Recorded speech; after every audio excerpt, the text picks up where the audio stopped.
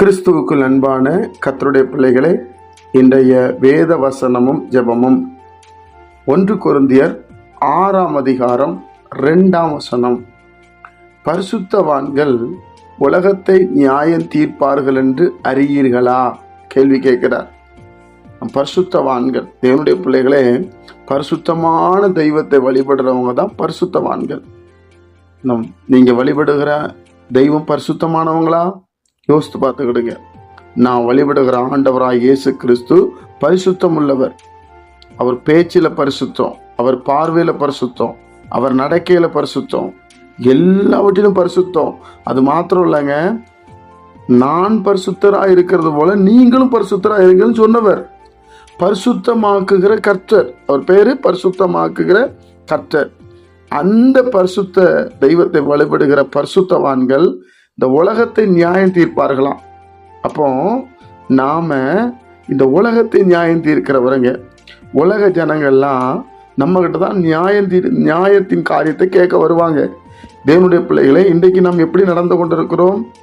அப்படி நீங்க இருக்க, உலகம் உங்களால் நியாய தீர்க்கப்படுவதா இருக்க, அற்ப வழக்குகளை தீர்க்க நீங்கள் அபாத்திரரா அப்படின்னா என்ன அர்த்தம்னா, நம்ம நியாயம் தீர்க்க வேண்டிய நம்மளே வேத புஸ்தகத்தை நல்லா படிச்சு நல்லா இயேசு பற்றி தெரிஞ்ச நம்மளே கோர்ட்டில் போய் நிற்கிறோம், டிவோர்ஸுக்கு நிற்கிறோம், இடத்துக்கு நிற்கிறோம், அண்ணன் ஏமாத்திட்டான், தம்பி ஏமாத்திட்டான், தங்கச்சி ஏமாத்திட்டான்னு சொல்லுகிறோம்.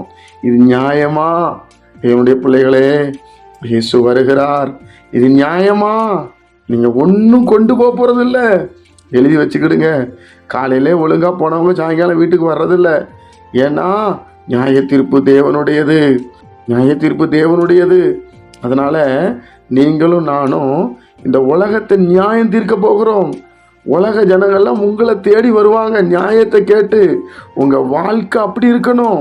கிறிஸ்தவனே, கிறிஸ்துவோடு இருக்கிறேன்னு சொல்லுகிறவனே, பேரை கிறிஸ்துவுக்கு முன்னாடி போட்டிருக்கிறோம், சர்ச்சில் முதன்மையான இடத்துல இருக்கிறோம், நம்ம தேவனுடைய பிள்ளைகள் என்று சொல்லுகிறோம், சிலுவையை போட்டுக்கிறோம். நல்லா நீங்க புரிஞ்சுக்கிடணும். இது வசனம் உயிர் கொடுக்கிற வசனம். அற்ப வழக்கு, அற்பமான வழக்கு, ரோட்ல சண்டை போடுறதும், கெட்ட வார்த்தை பேசுறதும், அடிக்கிறதும், இழிவான ஆதாயத்துக்கு தன்னை விட்டு போடுறதும், இதெல்லாம் நம்ம கவனமா இருக்கணும். கர்த்தர் சொல்லுகிறார், நீங்க உலகத்தை நியாயம் தீர்க்க போறீங்க, நான் விசுவாசிக்கிறேன். அப்போ நம்ம இந்த உலகத்தோட ரொம்ப ஒத்து போகக்கூடாது. அப்பதான் உலகத்தான் நம்மளை தேடி வருவாங்க. நீங்க அவங்களோட எல்லாத்தையும் ஒத்து போயிட்டு எப்படி தேடி வருவாங்க? இந்த வசனத்தை தியானிங்க. கர்த்தர் உங்களோடு பேசுவார். ஜெபிப்போமா? பிதாவே, இன்றைய குமாரன் இயேசுவின் நாமத்தில் வருகிறோம். எவ்வளவு ஒரு மேன்மை எங்களுக்கு வச்சிருக்கிறீங்கப்பா. உங்கள் நாமத்தை மையப்படுத்துகிறோம்.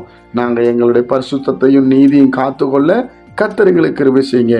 மகிமையும் துதியும் உமக்கே செலுத்துகிறோம். மீட்பர் மூலம் ஜெபிக்கிற நல்ல பிதாவே, ஆமென்.